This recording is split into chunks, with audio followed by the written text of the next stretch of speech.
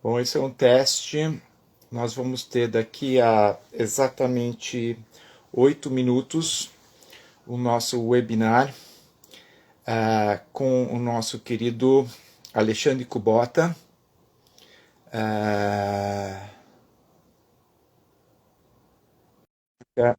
Entra também.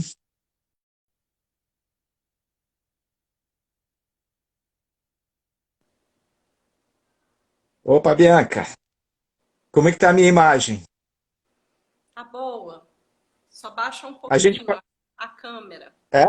Que Isso. é? Eu não, Baixa um pouquinho a câmera. é, é difícil que eu estou carregando o celular, o problema é esse. E se eu mexo aqui, ele cai todo, ele tá por um triz. E boa noite, Não dá pessoal. pra... Ilma, Raquel, Fabrício, tudo bem?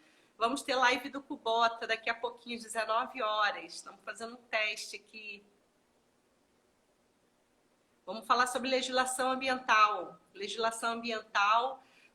O professor Alexandre Cubota, um super professor, que está sempre conosco, nos ajudando, trazendo o conhecimento, aquele vasto conhecimento que ele tem sobre legislação, usufruir do conhecimento do Kubota é sempre muito bom. E aí a gente está aqui aquecendo os motores, 19 horas a tomando gente vai café. entrar aqui no ar com o professor Alexandre Kubota, daqui a pouquinho, gente.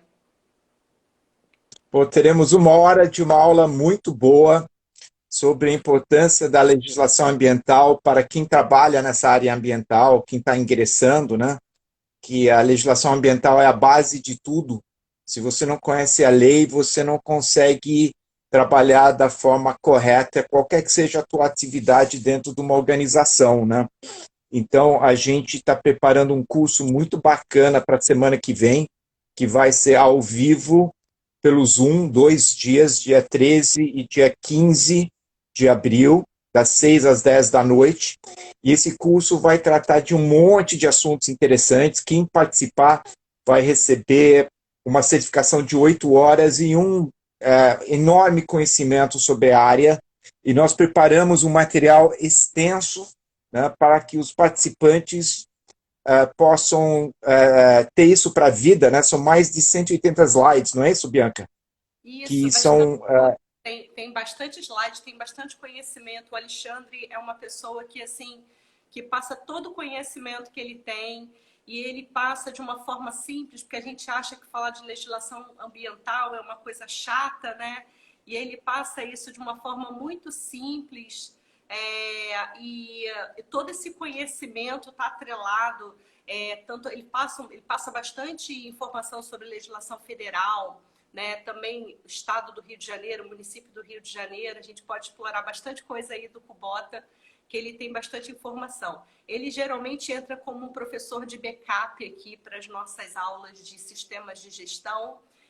O pessoal que se forma em sistema de gestão com a gente sempre acaba fazendo a aula do Kubota, né? Porque é uma aula bem complementar mesmo, gente. Aí fala bastante, ele fala da lei de crimes ambientais, ele fala da política nacional de resíduos sólidos. Ele tem assim muito conhecimento da área, ele atua na área, né? E aí ele vai acrescentar aqui, a gente vai ter 1 horinha aqui de Alexandre Kubota na nossa live, mas a gente está mesmo anunciando o nosso treinamento, a nossa formação de legislação ambiental, falando também um pouquinho de licenciamento, né? Então, também uma das áreas dele é a parte de licenciamento, tem muito conhecimento, todas as etapas, né, do licenciamento, também fala de EIA-RIMA, né, bastante coisa aí sobre o pessoal que está interessado em gestão ambiental e especificamente a parte de legislação e os processos de licenciamento, é isso. Então, daqui a pouquinho a gente está entrando aqui no ar, está fazendo só um teste mesmo, 19 horas. Bianca, tira uma dúvida. A gente pode ficar em três aqui? A gente podemos estar os dois mais o Alexandre? Ele permite 3 pessoas? É um teste, a gente pode tentar aqui fazer um teste. Seria ótimo, né? Porque eu já vi algumas lives com 3 pessoas, porque aí você também complementa bastante, né? Ó, Você o tem muita Alexandre experiência. entrou. O Alexandre Pô, entrou, de Alexandre, repente ele coloca Sol, aqui. Peraí. opa, Alexandre, pede para entrar. Aqui é o contrário, em vez de pedir para sair, pede para entrar. Ó, 01, pede para entrar. Vamos ver se ele vai conseguir, porque senão eu vou segurar a linha dele. Se ele disser aí no comentário que eu estou segurando, não está aparecendo a solicitação para entrar, eu saio. Me derruba e entro com o Bota, que é a nossa atração especial aqui da noite. Alexandre, se você estiver nos ouvindo, acena aí e você tem que fazer uma solicitação para compartilhar a tela, né? Não é isso? Isso, você também consegue daí, tem alguma função. Porque Como você que tá eu como vejo isso? principal. Você aqui no mais? Tem uma setinha aí para opções. Faça uma transação em uma sala. Eu posso clicar no Alexandre aqui? Será que é isso? Convidar. Isso. Bom, vamos ver. Eu convidei o Alexandre. Olha, Antigamente ia demorar. Opa! O nosso craque chegou! a gente está Conseguimos aprendendo dividir sobre em três a tecnologia sala. com o Bota. A gente descobriu agora que dá para fazer uma live Vivendo em e 3. aprendendo. Bem legal. Não, então, o processo é muito simples, é só clicar, não tem mistério nenhum. Que legal. E é legal ter 3 De repente pessoas. até dá 4, né? Pode ser que caiba mais alguém, né? É Se eu porque, falei que então, na realidade, nas lives anteriores, sequer tinha possibilidade de você pedir para participar. verdade. Você automaticamente é bloqueado, entendeu? E aí eu vou apareceu, pedir bem legal. o Valê entrar também, de repente ele entra, que ele explica alguma coisa. Vamos ver se a gente consegue em 4. Vamos fazer hoje um milagre aqui. De repente minha tela se O divide. milagre da multiplicação, né? Cara, eu nunca fiz isso. Até para o pessoal achar que é... Saber, a maioria das nossas lives nós fazemos pelo webinar, pelo YouTube, né? Mas hoje quisemos prestigiar toda a galera que segue a gente no Instagram, né? Então, uma coisa mais rápida de participar. E a mensagem que a gente quer entregar é rápida, no sentido que a gente está preparando um curso muito bacana do Alexandre, que vai ser dado na semana que vem pelo Zoom. São 2 dias intensos, assim, das 6 às 10 da noite, dia 13 e dia 15 de abril, né? Para que a pessoa possa ter um conhecimento profundo na área de legislação, na área de licenciamento e de controle ambiental, né? Que são 3 áreas extremamente complementares, né?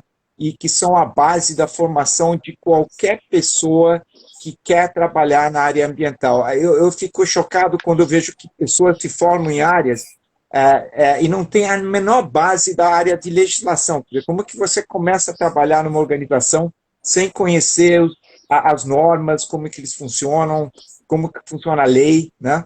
Então, o Alexandre está aqui para explicar um pouco como vai ser esse curso, tirar algumas dúvidas, né? Alexandre, por favor, rapidamente se apresente para a turma saber um pouco da tua experiência nessa área. Então, boa noite a todos, é um prazer estar aqui. Bom, sou biólogo formado pela UERJ em 95, né, algum tempo atrás. Eu trabalhei muito tempo na área de pesquisa, né, mais ou menos uns 8 anos, né, eu trabalhei muito, basicamente na parte de toxicologia ocupacional. Aí depois eu falei assim, ó, cansei, né, assim, pesquisa é bacana, mas cansa. Chega um momento que, né, eu particularmente cansei. E aí, então, eu fiz uma mudança, né? E então, desde 2002, eu estou trabalhando na área de meio ambiente já, né? Com licenciamento e controle ambiental, né? Já tenho uma bagagem boa, né? E eu comecei a dar aula, especialmente em pós-graduação, a partir de 2006, tá? Então, de 2006 até o momento atual, né? Eu dei aula também em graduação, né? Então, eu já tenho um tempo. E, assim, eu posso dizer o seguinte, acho que, assim, a professora Bianca, ela está aqui, né, ao vivo com a gente, é bem legal. E acho que, assim, acho que é um dos grandes prazeres, né, que eu tenho e a professora Bianca também tem, da gente poder dar aula, da gente poder ensinar, da gente poder passar a experiência, né?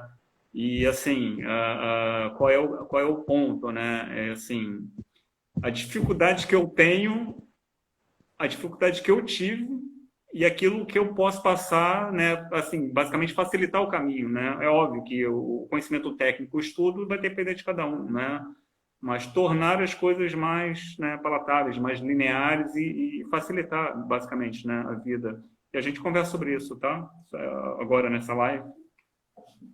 Legal. É importante, também queria falar, dar boa noite ao pessoal aqui do Instagram que está entrando. A gente está com um pessoalzinho legal já entrando aqui. Boa noite, Tássio, Raquel, pessoal da Baía de Guanabara aqui presente também, Fabrício.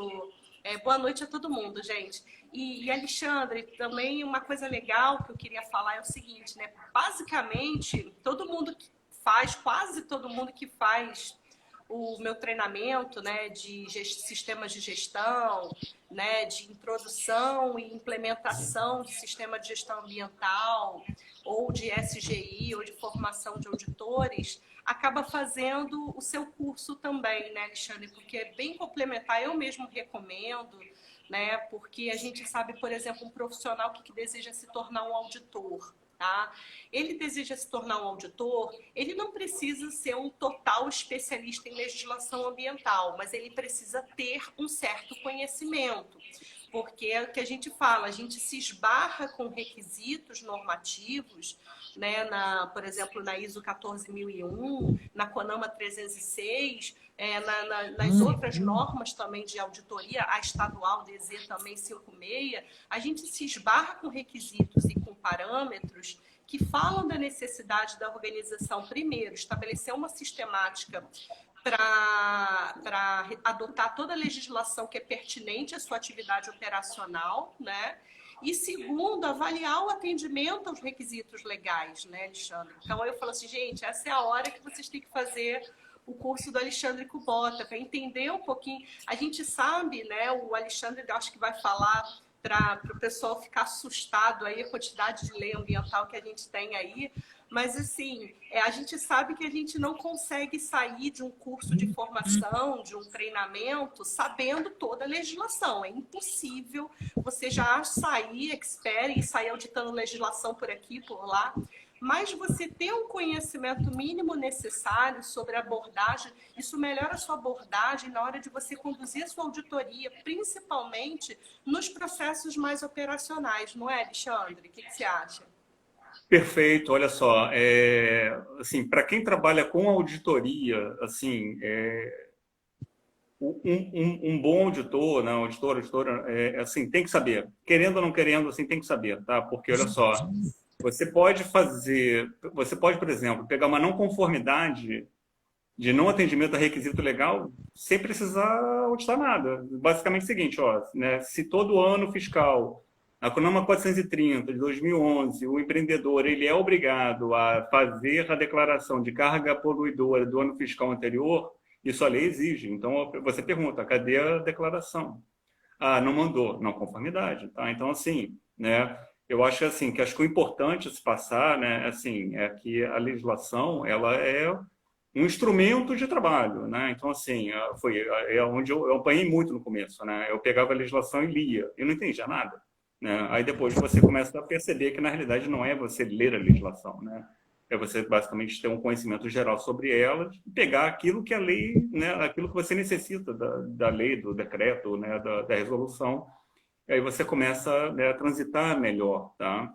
E aí até, né, você falando até um pouco mais, né, assim, o Brasil não é um país simples, tá? Assim, agora mesmo, assim, a gente não precisa nem ir para a questão ambiental, né? A gente pensa aí agora, por exemplo, na questão da pandemia, a confusão que, assim, enorme que está na vida das pessoas, né? Para quem tem filho na idade escolar. O governo estadual, o governo municipal autorizam a aula presencial. Aí daqui a pouco bate uma liminar lá no juiz de plantão dizendo que não pode ter aula presencial. Aí você sofrendo isso aqui em casa. Então, meu filho essa semana bateu lá na porta da escola, teve que voltar para casa, sabe? A então minha assim, também. Então assim, sabe? E eu acho que assim, na realidade, entender a legislação de uma forma geral, não somente ambiental, né? Nos torna mais, né, conscientes em termos de cidadania, né, das nossas obrigações, né, dos nossos deveres e dos nossos direitos, né? Então acho que essa é a importância, né, de você conhecer bem a lei de uma forma geral, né? E conhecer a lei na questão ambiental é o que a gente discute, né, especialmente no nosso curso, tá? Como é que é a dinâmica? Eu vou falando, vocês vão me perguntando, só para... É porque esse trio aí é diferente. Eu Ok, acho que essa uma dinâmica do pergunta. bate-papo é legal. Não sei o que o Luca acha. Dá uma ideia, dá uma ideia para a turma aí. Quantas leis existem no Brasil? Quantas normas, né? Como é difícil o trabalho tanto de um empresário quanto de um gestor ambiental? Dá uma ideia básica disso. O que existe no Brasil? O Brasil hoje, segundo o site lá da Conjur, né, tem cerca de 5,4 milhões de normas. Só para vocês entenderem, né, acho que para quem trabalha com né, direito tributário, etc., sabe o que eu estou falando. Né? Um fato bem interessante que aconteceu. Por que a Apple, na época, não entrou no Brasil como ela queria, no tempo que ela queria? Uma das maiores dificuldades que a própria empresa teve foi da legislação tributária brasileira. Quando eles viram o número, a quantidade de normas que tinham que seguir, e acho que tem mais ou menos umas 80 normas aí, é uma coisa assim, né, paradoxal. Tá? Em termos de legislação ambiental, um outro site, né, ele indica que a gente tem hoje, no momento, cerca de 60 mil normas ambientais. Tá? Nossa, muita coisa. Então, verifiquem. Olha só, aí voltando para a história do auditor. O auditor, imagina o auditor, ele não vai ter conhecimento de 60 mil normas, impossível. Tá? Então, assim, na realidade, né, o que a gente trabalha? A gente trabalha sobre as questões gerais, né? Aquilo que está na Constituição Federal, né? Aquilo que né, dentro do nosso ordenamento jurídico, né? A gente tem lá a pirâmide de Kelsen, e a gente tem lá a Constituição, a gente tem as leis complementares, as leis ordinárias, as resoluções, né? Um pouco acima também, esqueci de falar, as medidas provisórias, né, que emanam lá basicamente do Poder Executivo, né? E a gente vai escrevendo isso tudo, tá?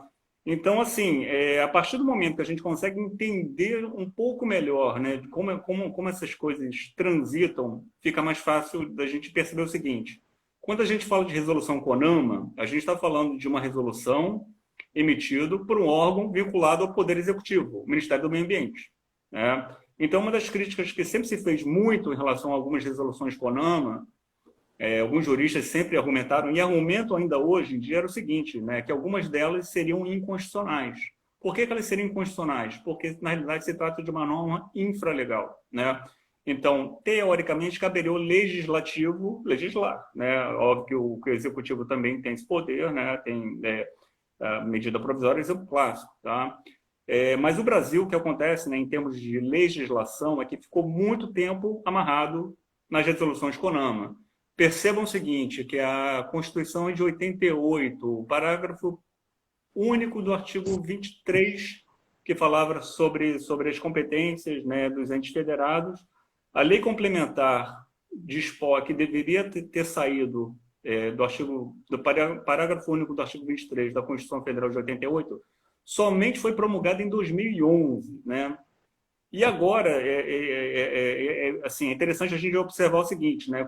O que está em voga no Congresso Nacional em discussão ampla aí? A questão do projeto de lei, né? O projeto de lei que eu peguei uma colinha aqui agora, não estou achando. Mas que ele basicamente, ele trata sobre a questão da lei geral do licenciamento, tá? Então, após 30 anos, né, qual é a previsão? É de se ter uma lei, né, uma norma geral, né, que tem aplicação em todo o país, onde a gente teria, então, as diretrizes gerais, né, de como se proceder ao licenciamento no Brasil. Já acontece hoje, né, já tem um órgão federal executor da Política Nacional do Meio Ambiente, que é o IBAMA, a gente tem os órgãos seccionais, né, os órgãos estaduais, e as secretarias municipais de meio ambiente. A questão é que, assim, a gente ainda não tem, basicamente, né, um ordenamento técnico e jurídico assim, padronizado. Né? Então, o que acaba tendo muito são a questão da chamada insegurança jurídica. Né? Se você faz um licenciamento junto ao órgão ambiental competente, a depender do tipo de empreendimento, alguns são polêmicos pela natureza, a gente não tem como fugir disso, né? Então, em determinados momentos, não é incomum, né, disso acontecer, o processo judicializa. Né? Então, o que é administrativo passa para a esfera judicial. É como se vocês, por exemplo, tirassem uma carteira de motorista e aí alguém discorda da tua carteira e entra na justiça dizendo que aquela tua carteira não é válida. É basicamente isso que acontece, né, falando de uma forma bem simples em relação ao licenciamento ambiental, tá? E é interessante o seguinte, né? O que eu sempre discuto, né? Assim, mas a teoria não é minha, tá? É o seguinte, né? O Brasil hoje, por exemplo, quando a gente fala de licenciamento ambiental, a gente diz o seguinte, né? Brasil licencia projeto, tá? Muitas vezes dissociado de políticas e programas. Então, na realidade, a gente tem um projeto de uma rodovia, a gente tem um projeto de hidrelétrica, né? Mas, invariavelmente, talvez tivesse que estar atrelado a políticas, a política de transporte, e aí a gente fala de sistema modal, a gente fala de política energética, a gente fala de outros sistemas que não somente grandes reservatórios hidrelétricos, né? Pequenas centrais hidrelétricas, né? Eólicas, naquilo que for possível, né? E eventualmente nas termoelétricas também, né? Que de forma complementar, né? Então isso tudo, né? Isso tudo está dentro desse arcabouço legal, né? Assim, a gente fala, você pegar só um nicho, né? A gente está minimizando ou a gente não está querendo enxergar o todo, tá? Algum comentário? Bianca ou Luca? Por enquanto, não estou vendo aqui, não. Olha só, então, eu vou falar aqui, assim, eu tava vendo aqui, fazendo um histórico aqui hoje, tem umas coisas bem interessantes, né? Como é que essa questão toda é legal, tem tudo a ver com o meio ambiente. Olha só, não sei se vocês vão lembrar, eu peguei aqui um fato histórico que isso na época, isso marcou bastante. Vocês vão lembrar, talvez, alguns vão lembrar, outros não vão lembrar. O que aconteceu em 2004? O que aconteceu basicamente na fronteira do Rio Grande do Sul lá, né? Paraguai, etc. Na época, só relembrando aqui, né, foi o seguinte: houve uma importação de forma indevida de soja, né? E era basicamente soja transgênica, tá? E aí, o que aconteceu? Não se fiscalizou a importação e o pessoal começou, os produtores começaram a plantar, né? E aí chegou-se a seguinte situação: é uma atividade potencialmente poluidora ou modificadora do meio ambiente? A princípio, sim, né? Então, se a gente for pegar pelo artigo 10 da Lei 6938 de 81, que fala sobre licenciamento ambiental de atividades potencialmente poluidoras ou utilizadores de recursos naturais, se a gente pegar no artigo 225 da Constituição, inciso 4, né, que também vai falar sobre licenciamento ambiental, a gente vai ver o seguinte: então, essa atividade de se plantar uma soja transgênica, a princípio, seria objeto de licenciamento. E licenciamento através de um estudo de impacto ambiental, né? Não seria um estudo simplificado. E aí o que aconteceu na época? Acho que talvez vocês... Deve só botarem lá no Google, né? O Google é uma maravilha. Vai aparecer tudo lá. Na época, o governo emitiu uma medida provisória regularizando a comercialização da soja que deveria ter sido objeto de estudo de impacto ambiental. Tá? Então, assim, o que acontece, né? Um dos princípios basilares do licenciamento é o estudo prévio, né?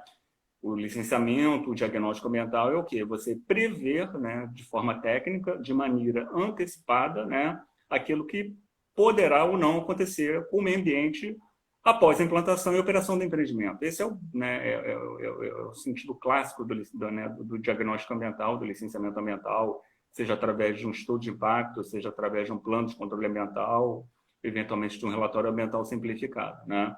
Mas é interessante como é que a vida, né? Como é que os processos humanos muitas vezes ultrapassam isso, né?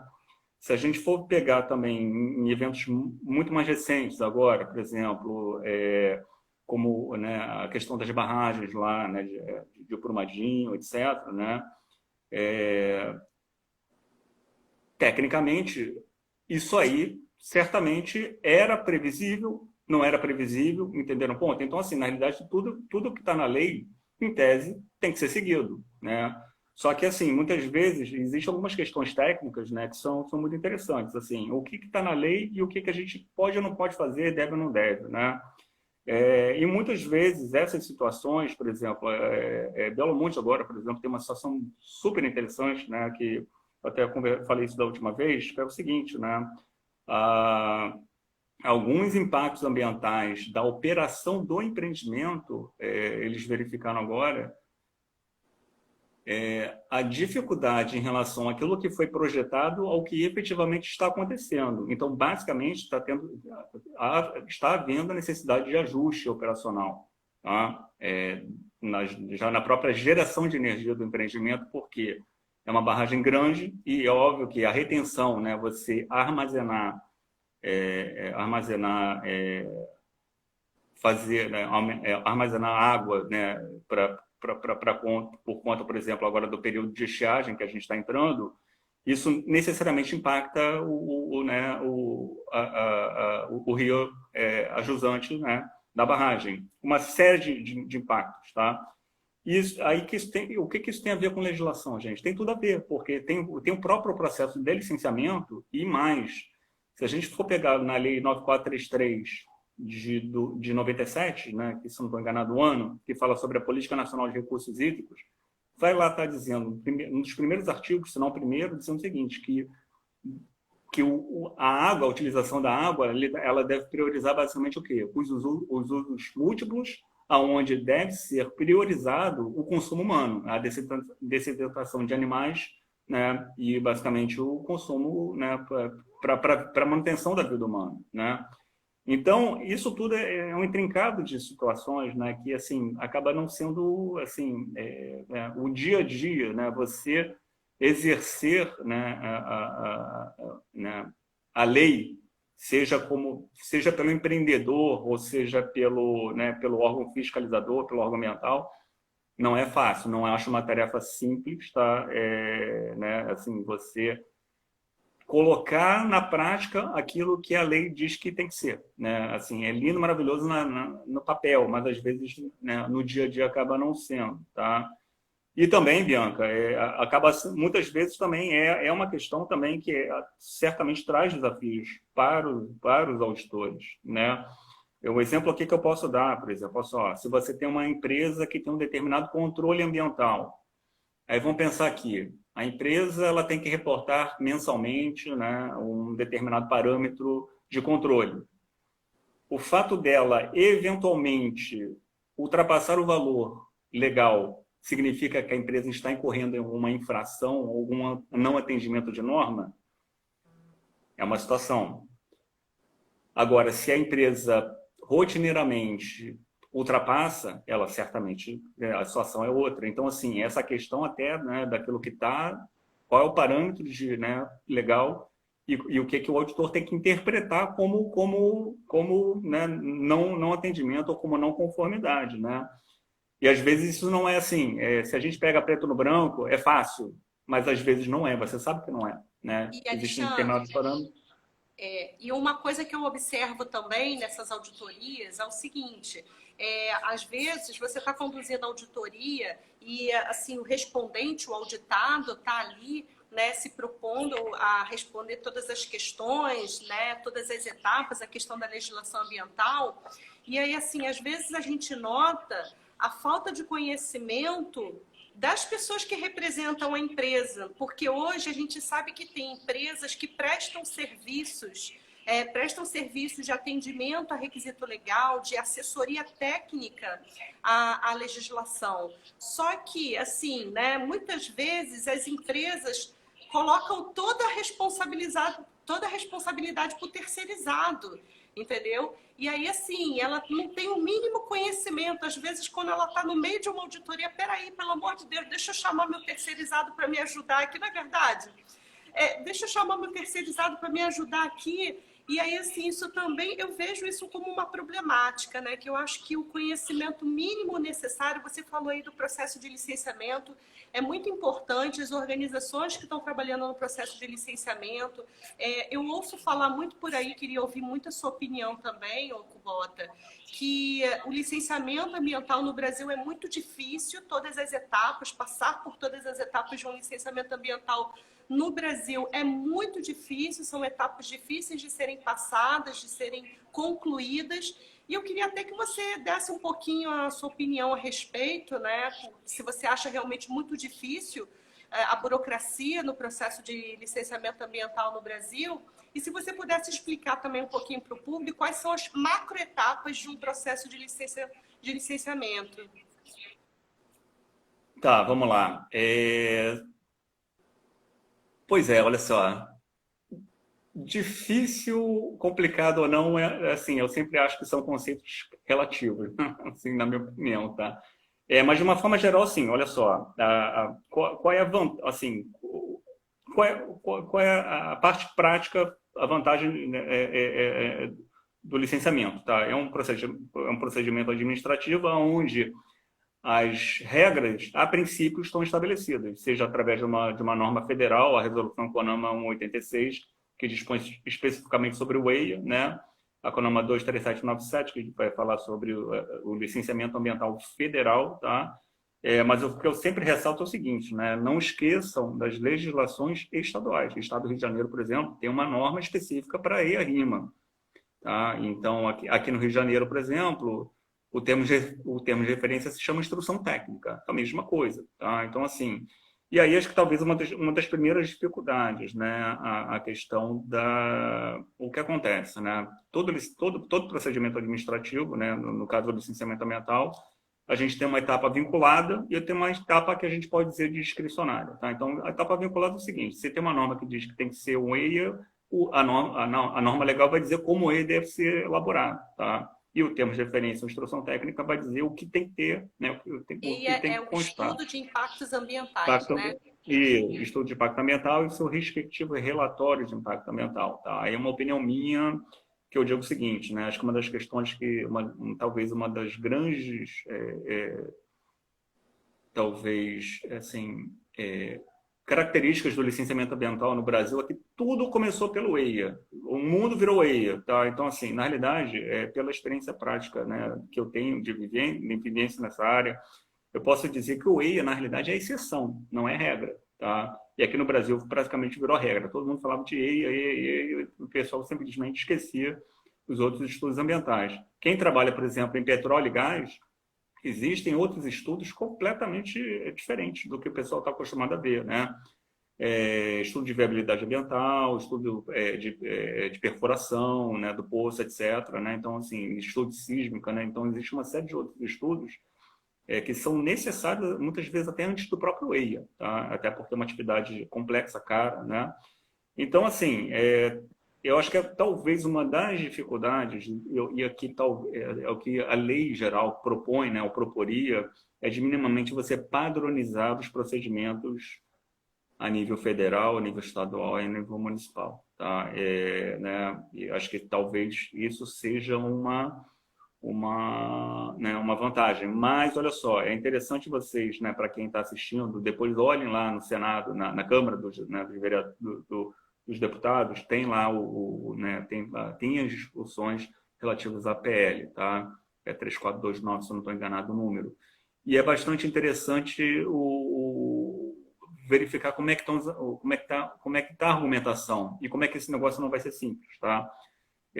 Por um lado, o setor dito produtivo diz que tem que flexibilizar, que tem que criar regras mais claras, etc. O pessoal do outro lado já diz ao contrário, diz que as regras, entendeu, da forma como alguns dispositivos do projeto de lei estão dispostos, vai flexibilizar demais, etc. Tá? Então, assim, cada caso é um caso. Eu posso dizer o seguinte, né, que não tem uma regra, mas seguindo basicamente aquilo que está dentro do procedimento, é um procedimento como qualquer outro, é administrativo. Eu acho que o ponto, talvez, que exista de maior incerteza em relação a quem né, busca o licenciamento, né, do empreendedor no caso, é o seguinte: o tempo de análise entre o protocolo, né, o início do processo até o final, tá? E isso pode impactar diretamente em uma série de questões, entre as quais financiamento, por exemplo, tá? Se você fala, por exemplo, instalar uma lavanderia, mesmo que industrial, você está falando de um determinado orçamento. Se você está falando, por exemplo, de uma obra de grande porte, tipo Belo Monte, imagina, né, o montante de dinheiro, financiamento que você tem que ter né, e os prazos que muitas vezes são efetivamente incertos, né? Não tem como. Pela CONAMA 186, teoricamente, entre protocolo do estudo, análise e até convocação da audiência pública, a lei diz, a norma diz que é 1 ano, crava 1 ano corrido, tá? E não é incomum você ter mais de 1 ano entre protocolo e a convocação da audiência pública. Então tem assim essa questão temporal talvez seja um dos maiores problemas, tá? O outro ponto que eu posso abordar também, não em todos os casos, mas em alguns, é que, assim, em determinadas situações, acaba tendo a participação né, de outros atores não diretamente relacionados ao licenciamento ambiental. Então, tem um exemplo aqui clássico que eu posso falar em relação à atuação dos ministérios públicos, seja ele federal ou os estaduais, né?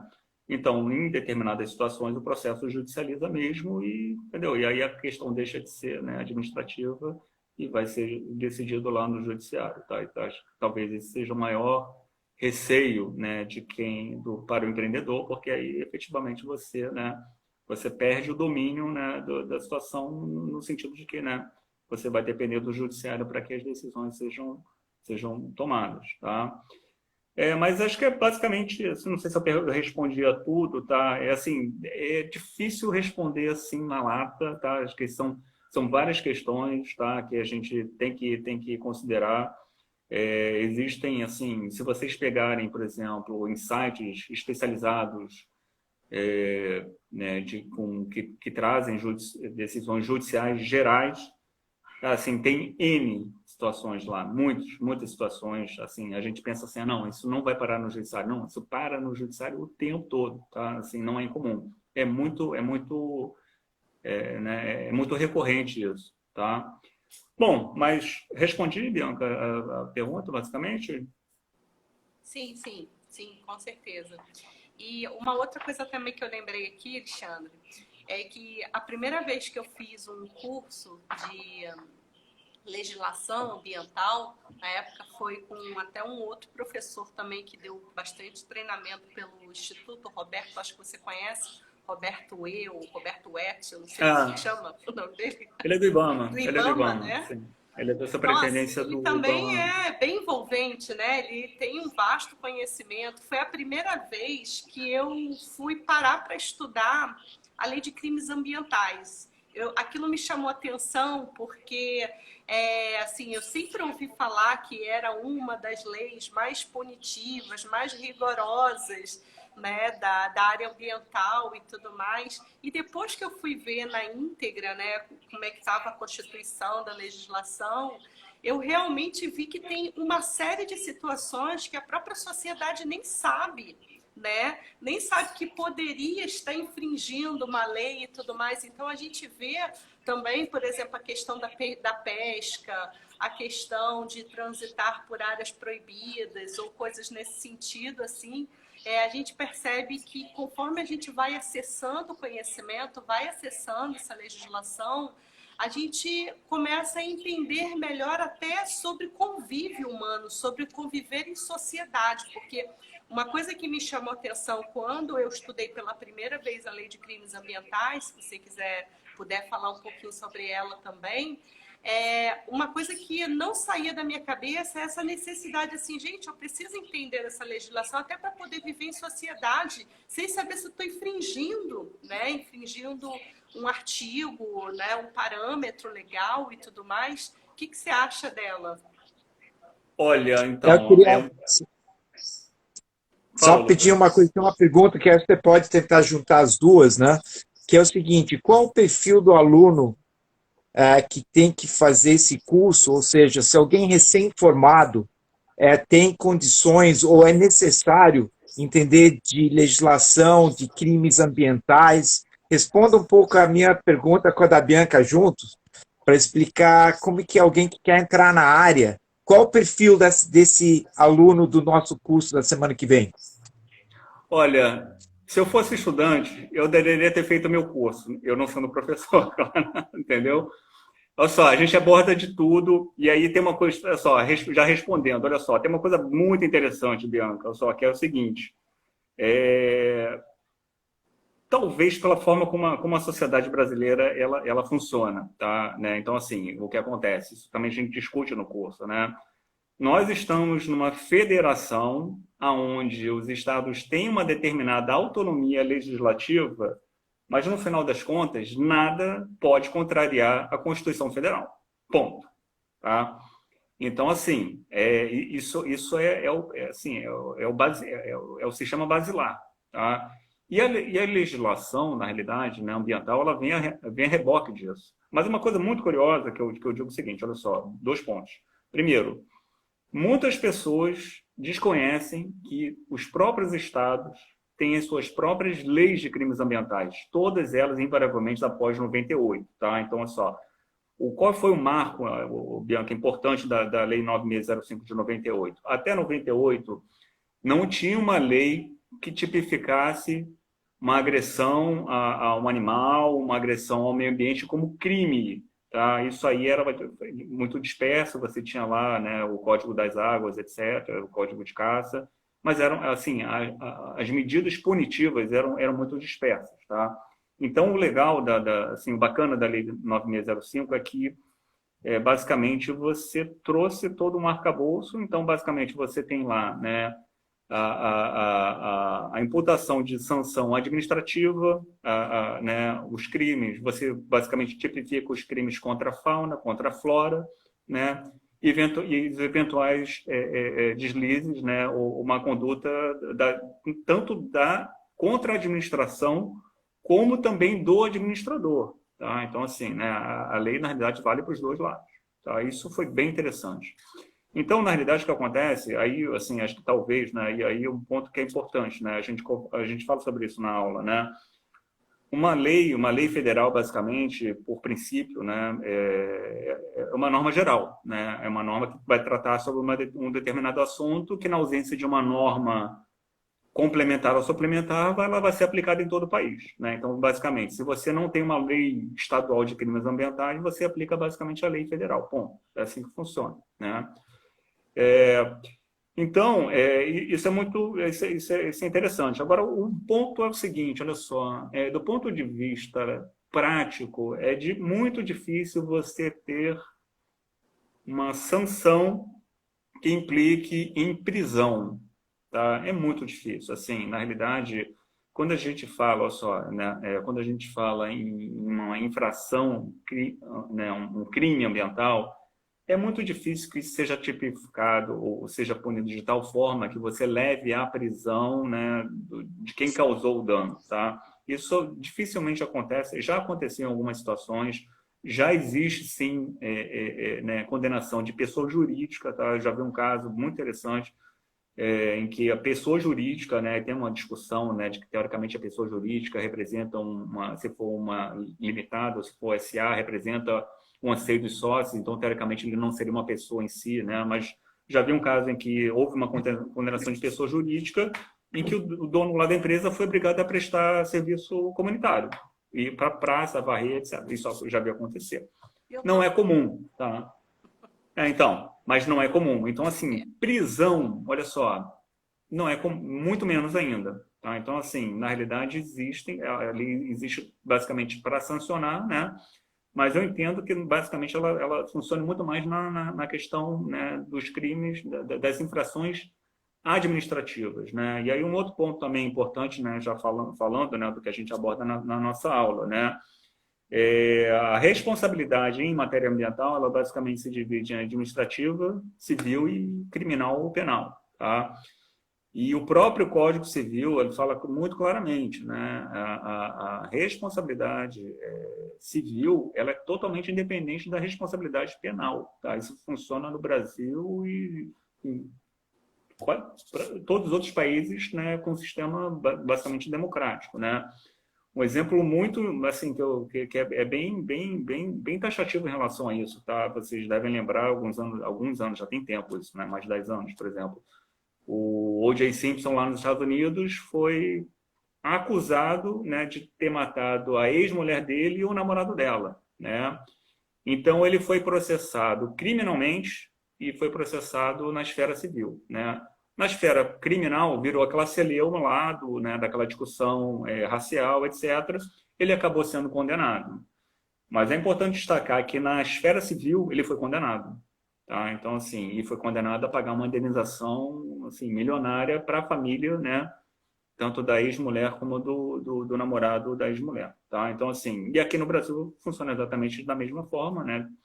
A gente tem essa separação das responsabilidades. Tá?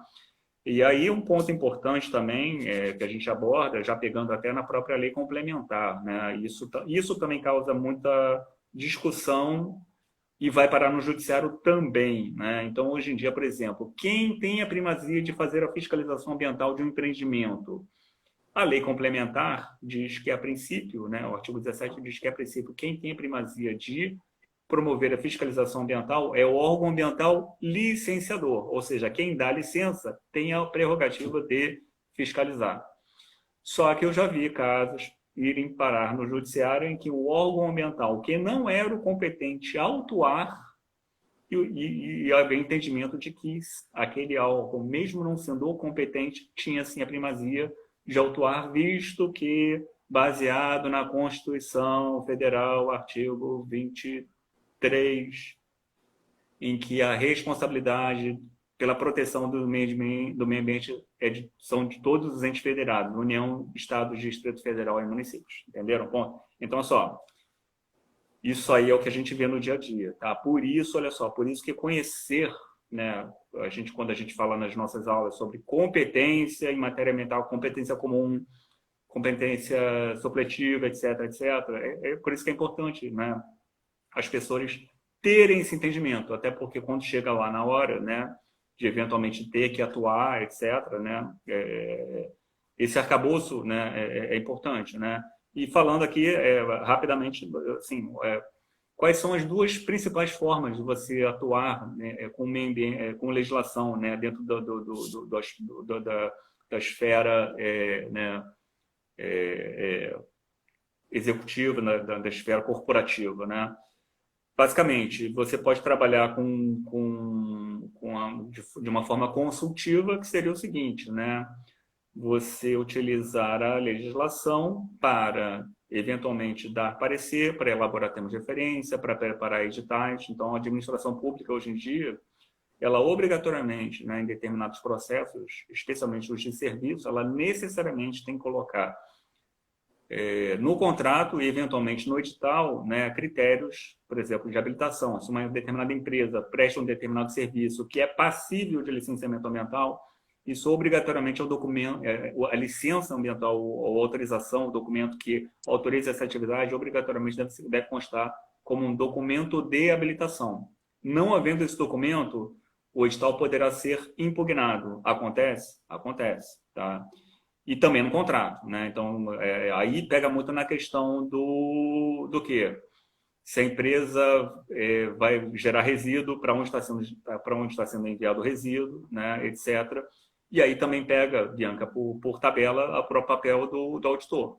Né? O auditor tem que saber, por exemplo, da legislação de resíduos, para saber se os resíduos produzidos por aquela empresa estão sendo efetivamente descartados conforme a lei. Né? Aqui no Rio de Janeiro, a norma operacional 35 do INEA, e agora, mais recentemente, em 2020, a portaria 280, né, do Ministério do Meio Ambiente, que instituiu o Manifesto de Transporte de Resíduos em nível nacional. Tá? Então, os estados que não possuem sistema próprio, eles vão ter que seguir obrigatoriamente o sistema nacional, além do Sistema Nacional de Informação de Resíduos, tá? Que basicamente aqui no Rio de Janeiro, para quem conhece, né, acho que talvez alguém conheça, né, trabalho com isso, que é a CONAMA 313, tá? De 2002. Então, né, é muita coisa na realidade, né? Então, assim, mas acho que é legal, assim, respondendo, Luca, a pergunta, assim, a gente consegue, né, assim, dar uma luz, né? Dizer o seguinte, ó, o aspecto geral é esse, é isso aqui que você precisa saber, não somente isso, né? Não vou ser presunçoso de dizer que, né, o que a gente oferece é tudo, não é, muito pelo contrário. Mas acho que assim, dá uma diretriz, dá uma clareada para quem não tem nenhuma familiaridade com o assunto, tá? É assim, e uma coisa assim, né? E aí outro aspecto, né? Que é exatamente o que eu ia falar agora, tá? A gente dá aula de legislação ambiental, a gente não dá aula de direito ambiental. São coisas diferentes, tá? Eu não sou advogado. Então, assim, a aula que eu tento proporcionar aos alunos é o que eu apanhei lá atrás e o que vocês não precisam apanhar tanto. É basicamente isso, tá? Eu apanhei muito, assim, eu apanhei muito. Então, assim, eu tive que ler muito, eu tive que estudar, sabe? Eu, assim, pegava a Constituição, ia lendo, ia pegando artigo na internet, sabe? E aí a gente consegue basicamente construir um raciocínio mais fácil, né? Para que os alunos possam entender, né? E é um desafio diário, tá? Assim, né? Mas é muito instigante, é muito legal, assim, acho que tem muito, né? Assim, eu acho que também o grande barato, né, assim, de uma aula, né, que é um pouco diferente desse bate-papo, embora qualquer pergunta, Luca, que você tenha aí você possa passar, né, mas acho que o grande barato de você estar numa aula é a troca de experiência, né, sempre alguém vai ter uma experiência diferente, sabe? Isso. Então, assim, acho que o que a gente mais ganha dentro do processo é isso, sabe? Então, assim, quando eu A dou gente aula, aprende mais do que ensina, na verdade, né, Alexandre? exatamente, porque provavelmente você vai ver os casos que você provavelmente não veria, entendeu? Se não fosse ali, né, através desse instrumento, tá? Então é muito legal, assim, né? Mas acho que assim o ponto, né, importante né, é entender o seguinte, olha só, lei, gente, qualquer lei é interpretação, né? É o que você pega, o que você extrai, o que você consegue interpretar para utilizá-la de acordo com o que você quer utilizar, né? E aí, outra parte também que eu acabei não falando, que existe também, você pode trabalhar com legislação, né, ambiental, especificamente, né, com a parte do contencioso, mas aí você basicamente vai servir de apoio técnico para que os advogados possam lá, por exemplo, responder a uma ação civil pública, né? Então, se você tem uma ação civil, etc., né, então basicamente você vai utilizar a lei para contra-argumentar um determinado posicionamento lá, né, de quem eventualmente esteja processando, né, a empresa, né? Então é uma outra forma. Mas é claro, olha só, né, deixando muito claro que nesse aspecto, né, né, o nosso papel é meramente consultivo, né? A gente basicamente diz, né? Eu já tive algumas experiências bem interessantes que era exatamente isso. Na realidade, não era uma ação, era uma ação civil, tá? Mas era assim, não era uma ação civil. Basicamente era uma infração administrativa, uma multa bem elevada, tá? Então, assim, né? Eu ajudei a montar a defesa, tá? Aí basicamente, olha só, e para montar a defesa não é eu acho. Você tem que pegar a lei, verificar os artigos, né? Você pega lá o auto de infração de quem infracionou. Você tem que pegar o artigo lá e você tem que contra-argumentar baseado na lei, baseado no aspecto técnico. É isso, tá? E aí isso vai ser deferido ou não, tá? E esse que é o ponto que é interessante, né? Então, assim, não há presunção de que você ganhe, mas, né, mas sempre uma tentativa, né? Então, por isso que, né, que acho que entender a lei é importante, né? E uma última etapa do curso também, a gente fala também sobre algumas normas de controle, não todas, tá? Então, assim, só o Rio de Janeiro, por exemplo, tem mais de 400 normas de controle ambiental. Bastante. Isso nenhum semestre de aula de faculdade a gente poderia cobrir. É verdade, Né? isso é muito. Não, é impossível. É impossível. E outra coisa, Bianca, que você deve ter reparado, né? Durante muito tempo, por exemplo, o Rio de Janeiro, né, assim, a FEMA foi uma das pioneiras, junto com a CETESB, né, na questão né, de ser um órgão ambiental efetivamente instituído, né, e operante, mas durante um período, especialmente o período dos anos 2000, houve uma certa gap em termos de inovação, em termos de renovação das leis ambientais, das normas ambientais, né?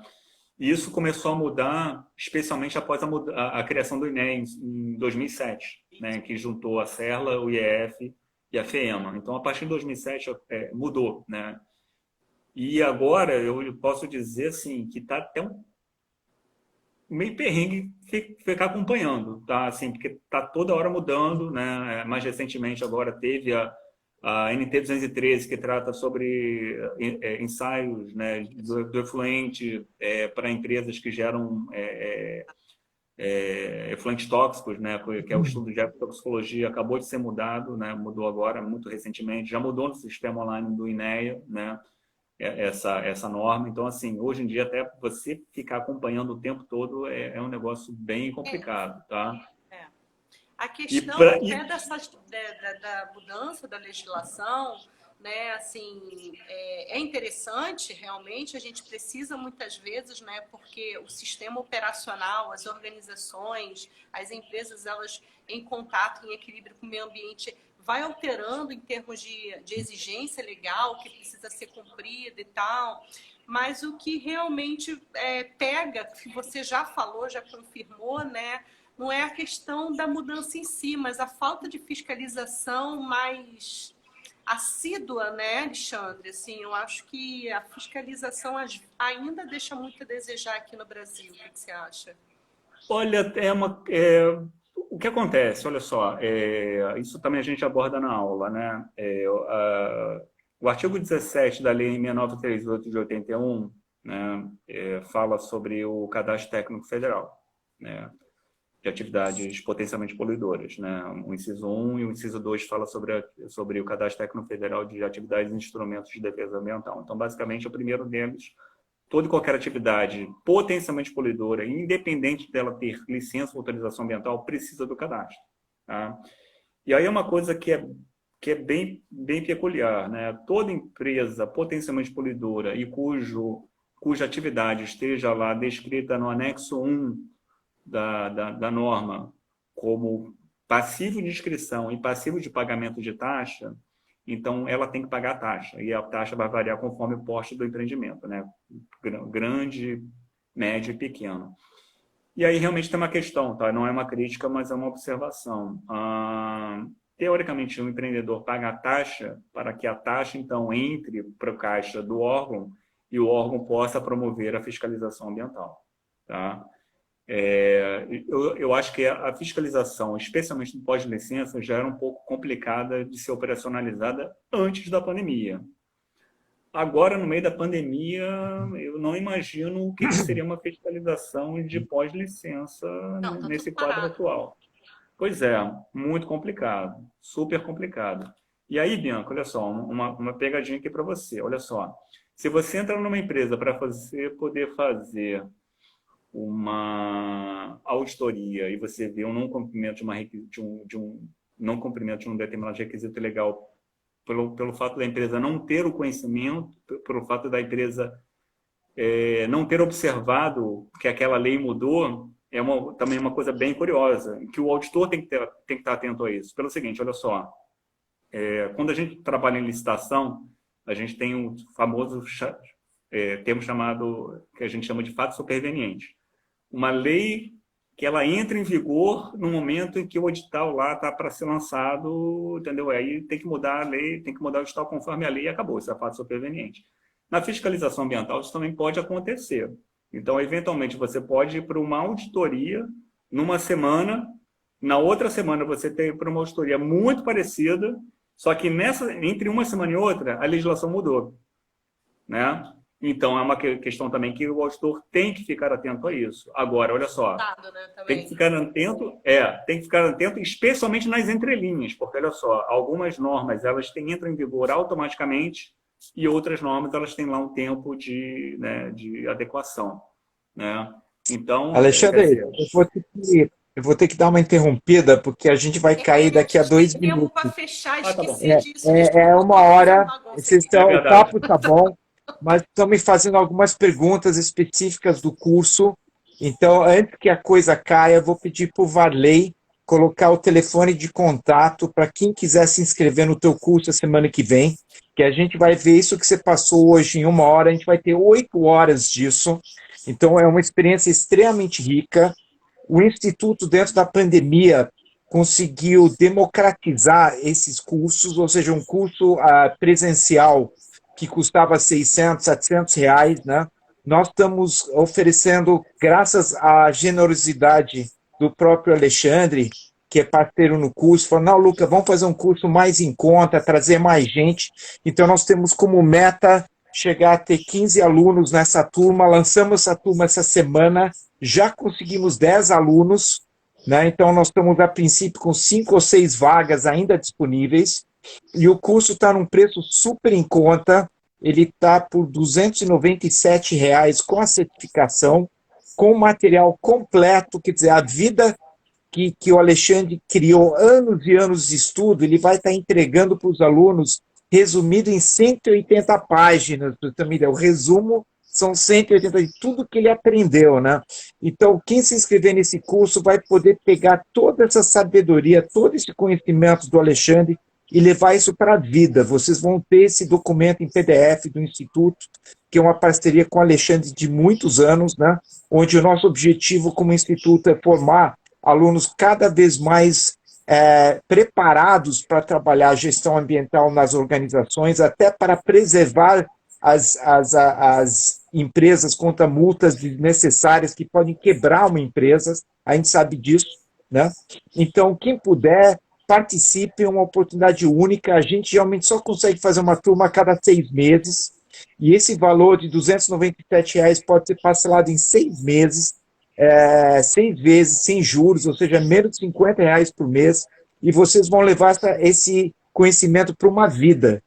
Eu sei que a gente tem vários alunos nossos, Ricardo Jatobá, o Bruno França, que já fizeram o teu curso e não te abandonam, voltam em todas as lives, porque o assunto é tão rico.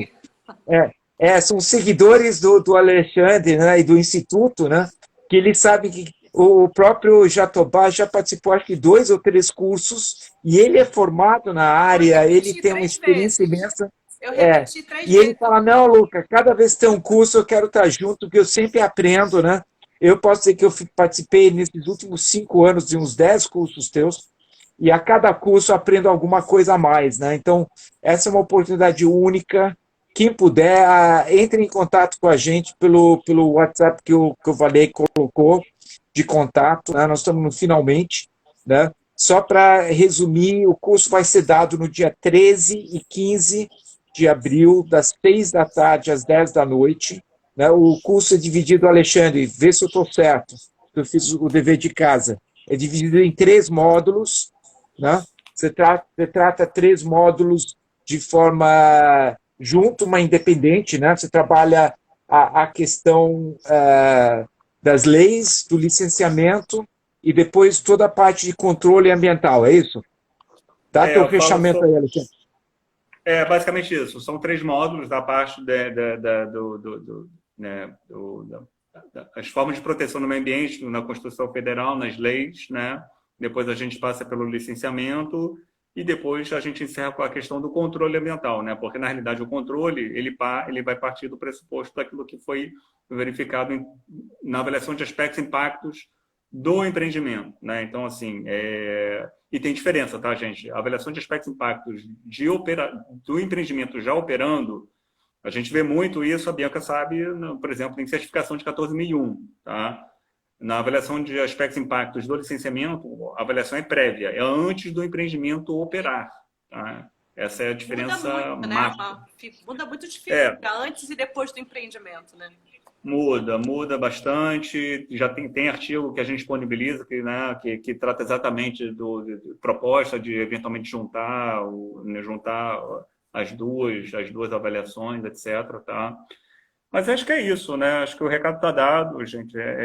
Assim, olha só, dar aula para mim é um prazer, para a Bianca também. Então, assim, a nossa, né? É o nosso grande prazer profissional da aula, tá? Então, né?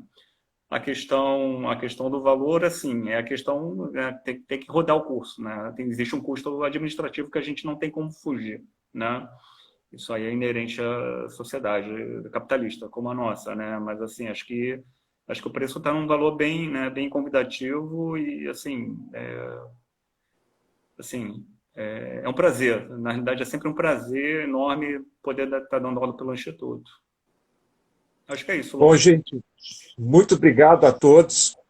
Quem quiser se inscrever, por favor, entre em contato, que sexta-feira a gente vai fechar a história, o que já estamos entrando é terça-feira, né, Alexandre? Já com o curso no ar.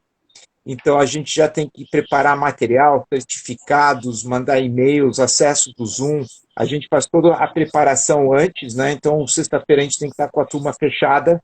Então, vocês têm 2 dias para tirar dúvidas, entrar em contato com a gente. A gente sempre apoia os estudantes que estão com dificuldade. Então, se tiver estudante no meio querendo ganhar essa história, ainda não se formou, mas quer ouvir o curso, participar, entre em contato. O Instituto sempre faz um trabalho social, né? Em todas as nossas turmas, nós sempre ajudamos quem precisa mais, né? Que vai levar esse conhecimento para a sua comunidade. Então, a gente tenta ter essa pluralidade de participantes, né? Porque a comunidade é uma coisa eclética, a gente tem que juntar o maior número de participantes para discutir um tema. E o que o Alexandre falou é que a gente aprende muito, porque geralmente, tipo agora, nós estamos com 10 participantes vindos de 10 empresas, 10 setores econômicos diferentes, cada um com uma experiência, cada uma com uma necessidade, e os participantes têm espaço com o Zoom, nós estamos falando que nem aqui, cada participante tem o seu espaço para contar a história, tentar entender como é que ele leva aquele conhecimento para a sua empresa, troca perguntas, dúvidas, então o grupo acaba se conhecendo, e se conseguimos chegar nesse grupo de 15 alunos vai ser muito legal, porque vocês vão fazer um network com a gente, e nós vamos criar um grupo no WhatsApp só de legislação ambiental, como a gente faz hoje na área de auditoria, onde temos mais de 80 auditores, líderes formados pelo Instituto Aqualung, só nesse último ano, pela Bianca e pela Ana Paula, que são as nossas 2 principais instrutoras, né, dessa área, e os alunos percebem que na hora que eles se formam e participam de um grupo daquele setor, é uma troca constante de amizades, de ideias, de trabalho, de dicas. Então, quem ingressar no Instituto não sai nunca mais, porque a gente faz esse acompanhamento um a um, aluno a aluno, a gente permite que vocês permaneçam nesses grupos, participando, trocando ideias, né? Bianca, fecha você. Obrigada, gente. Então, queria dar uma boa noite, dizer para o pessoal aqui, o pessoal está dizendo que está sentindo falta das lives do Instituto, a gente vai voltar com as lives no Instagram, vamos voltar a fazer outras coisas aqui, viu? E a gente tem muita coisa bacana para acontecer aí pela frente, tá? A gente está formatando cursos novos, tem cursos de ODS, os Objetivos de Desenvolvimento Sustentável, aplicado na gestão da sustentabilidade. Temos o curso de gestão de risco. As pessoas estão me pedindo muito o curso de gerenciamento de riscos. Eu vou dar fala do CONAMA 306, de Bianca, gestão de riscos. a turma já está fechando. Tem a auditor líder da CONAMA 306 aí, né? A gente também já está na reta final, a gente entra em contato, CONAMA Auditoria Ambiental da CONAMA 306 também. Tem bastante coisa para acontecer aí, né? Tem também sobre saúde e segurança durante a pandemia, que é a norma nova que lançou, ISO 45005. Tem muita coisa bacana para acontecer, gente. Então, queria só aqui me despedir e dizer para se vocês quiserem entrar em contato conosco aqui, que a gente tem muita coisa para oferecer, tá bom? Um beijo. Tchau, tchau. Obrigado, Alexandre. Tchau, gente. Obrigado, Boa noite. Bianca. Obrigado a todos que estão participando.